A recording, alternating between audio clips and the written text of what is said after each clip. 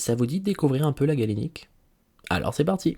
Bonjour à tous et bienvenue dans ce premier épisode de Passe en galénique. Passe, la chaîne de podcast qui vous aide à réviser votre première année de santé. Aujourd'hui, on va parler introduction à la galénique. C'est parti. Alors, avant d'aller plus loin, qu'est-ce que c'est la galénique? Première question. La galénique, c'est la science du médicament. Allez, abonne-toi. Non, plus sérieusement. La galénique d'ailleurs qui nous vient de notre brave ami Galien, qui est considéré comme étant l'ancêtre des pharmaciens, le premier grand pharmacien de l'humanité. Alors Galien est au pharmacien ce que Hippocrate est à la médecine. D'ailleurs c'est pour ça que les médecins prêtent un serment d'Hippocrate et que les pharmaciens prêtent un serment de Galien, que je vais essayer de prêter dans les mois qui suivent si jamais j'arrive à me bouger le cul pour ma thèse. Bref, parenthèse mise à part, la galénique c'est donc la science du médicament. Qu'est-ce que c'est que le médicament ? Alors oui, il y a la définition du code de la santé publique, la définition par présentation, définition par fonction, mais d'un point de vue galénique, je vais aller un peu plus au but, un peu plus droit au but, il n'y a pas de S. Un médicament, c'est un ou des principes actifs avec des excipients. Le principe actif, ou les principes actifs, c'est là où les molécules qui vont avoir une action d'un point de vue pharmacodynamique, donc avec une action immunologique, métabolique, pharmacologique, et qui vont permettre de modifier, réguler, bon bref, là je suis en train de reprendre la définition du code de la santé publique, vous voyez un peu où j'en veux dire, une fonction physiologique. Les excipients maintenant c'est quoi ? Les excipients c'est tout le reste, mais qui ne doit pas interagir avec le principe actif, c'est l'inertie chimique, qui ne doivent pas non plus interagir avec le conditionnement du médicament, comme par exemple le blister ou la boîte, c'est ce qu'on appelle l'inertie physico-chimique, et qui ne doivent pas non plus interagir avec le patient, c'est l'inertie biologique. Donc là vous allez me dire, les excipients, qu'est-ce qu'on s'en fout ? Les excipients ne doivent pas être, néfastes, ne doivent pas venir m'entraver dans mon parcours, mais les excipients me permettent d'avoir mon médicament. Pour vous faire simple, le Titanic, le film Titanic, c'est le médicament. Le couple qui nous intéresse, les personnages principaux, c'est Jack et Rose. Donc eux, c'est le principe actif. C'est autour de eux qu'il y a l'histoire. Et tout le reste, tous les pecnos qui sont en train de crever comme ça sur le Titanic, tout. Je rigole, mais parce que je pense au film, je pense pas vraiment aux vraies personnes qui sont mortes, parce que c'est beaucoup moins drôle. Ces personnes-là, ce sont les excipients. Est-ce qu'ils sont les héros du film ? Non. Est-ce que c'est eux ? Est-ce que c'est pour eux qu'on regarde le film ? Non. Mais s'il n'y avait pas tous ces personnages-là, le film n'aurait pas de sens. Les excipients, c'est pareil. On a besoin d'avoir des liants, des agrégants, on a besoin d'avoir des conservateurs, des fois des aromatisants, des édulcorants. Bref, on va parler des excipients dans le cours spécial de la galénique qui va traiter des excipients, mais il faut garder en tête que médicament égale principe actif plus excipient. Ok. Maintenant, quand j'ai dit ça, j'ai pas dit grand-chose.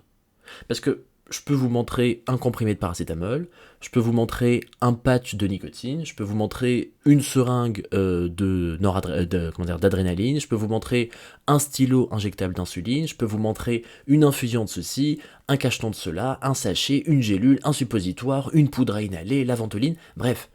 Tout ça, ce sont des médicaments, mais qui n'ont évidemment pas la même forme. Ils ne vont pas être administrés de la même manière, ils ne vont pas rentrer dans le corps de la même façon, ni par le même endroit, ils ne vont pas agir au niveau de la même zone. Il y en a certains qui vont avoir besoin d'agir sur tout le corps, il y en a qui vont avoir besoin d'agir que sur un endroit, il y en a qui vont rentrer dans la circulation sanguine, il y en a qui ne vont pas y rentrer. Et donc au fait, tout ça, ça me permet de déterminer le grand champ d'action de ce qu'on va voir en galénique. La galénique, c'est l'étude, donc c'est la science du médicament, et le fait de comprendre le médicament, ça me permet de comprendre la voie d'administration. C'est quoi la voie d'administration ? C'est tout simplement la voie que va prendre mon médicament. Est-ce que c'est une voie qui va prendre la circulation systémique ? En d'autres termes, la circulation sanguine. Ou est-ce que c'est une voie qui ne va pas la prendre ? Est-ce que c'est une voie qui va emprunter les muqueuses ? La muqueuse vaginale, la muqueuse buccale, la muqueuse nasale, la muqueuse anale. Est-ce que c'est une voie qui va plutôt être solide ? Donc on va parler des formes orales solides, par exemple, les comprimés, les gélules. On peut parler des formes liquides, les sirops, les suspensions. C'est quoi la différence entre une suspension et une solution ? Et on va bien évidemment parler des voies injectables, notamment de la voie intraveineuse. Est-ce que je peux m'injecter tout et n'importe quoi ? Bien sûr que non, on n'est pas dans Breaking Bad. Donc, pour injecter quelque chose chez un patient, d'un point de vue médicament, je précise, il faut qu'il y ait plusieurs contraintes qui soient respectées. On va parler de la contrainte du Linisa dans la saga galénique. Et bien évidemment, la voie d'administration est directement liée à la forme galénique. Je ne peux pas vous dire c'est quelque chose qui se prend par voie pulmonaire et la forme c'est des comprimés. De la même façon, je ne peux pas vous dire ça se prend par voie orale et c'est un suppositoire.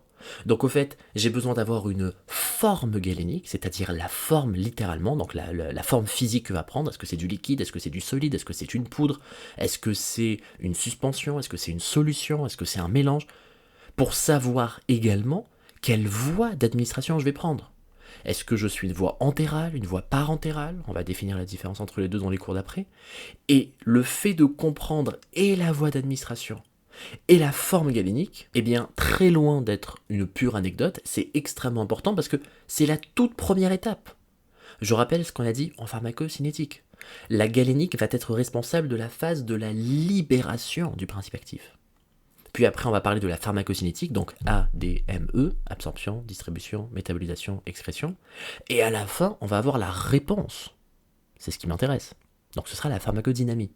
Et donc on a le L de libération, puis le A de absorption, puis le D de distribution, puis le M de métabolisation, puis le E de excrétion, et enfin le R de réponse. Ça fait le grand LADMER, le fameux. Et en vérité, c'est la galénique qui commence tout. Si j'ai une voie injectable par voie intraveineuse, eh ben, je n'aurai pas de phase d'absorption parce qu'elle sera automatique, elle sera instantanée.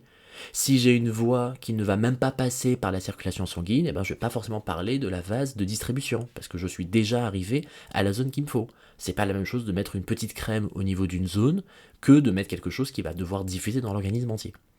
Et donc la compréhension de la galénique, des formes galéniques, des voies d'administration est directement liée à ce qui va se passer par la suite dans le corps humain. Donc les cours de galénique, même si des fois on a tendance à se dire ouais bon c'est bon on s'en fout, c'est très important. Enfin tu me diras, comme le reste. Donc dans notre petite saga galénique, il n'y aura pas énormément d'épisodes, il n'y en aura que 5, mais j'ai préféré faire la petite saga galénique à part. Donc aujourd'hui on parle introduction à la galénique.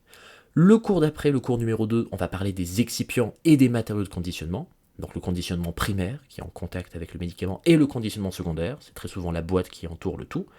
On va parler par la suite des voies d'administration, et après avoir compris les voies d'administration, au cours 3 et 4, ça va nous permettre cette fois-ci de pouvoir parler plus sereinement des formes galéniques. Et on va parler des formes galéniques orales, des formes solides, liquides, gazeuses éventuellement, les voies vaginales, les voies rectales, les voies dans les muqueuses, les voies injectables, etc.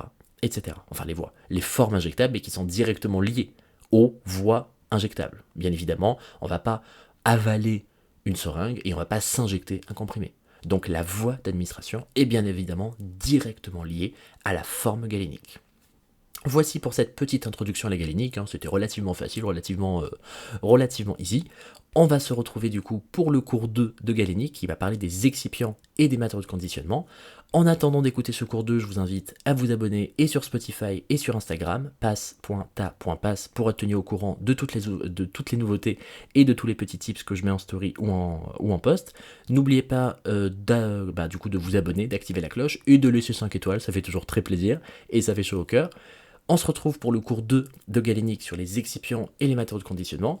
Et en attendant de vous parler très prochainement, eh bien je vous dis bon courage et je vous fais des gros bisous. Salut!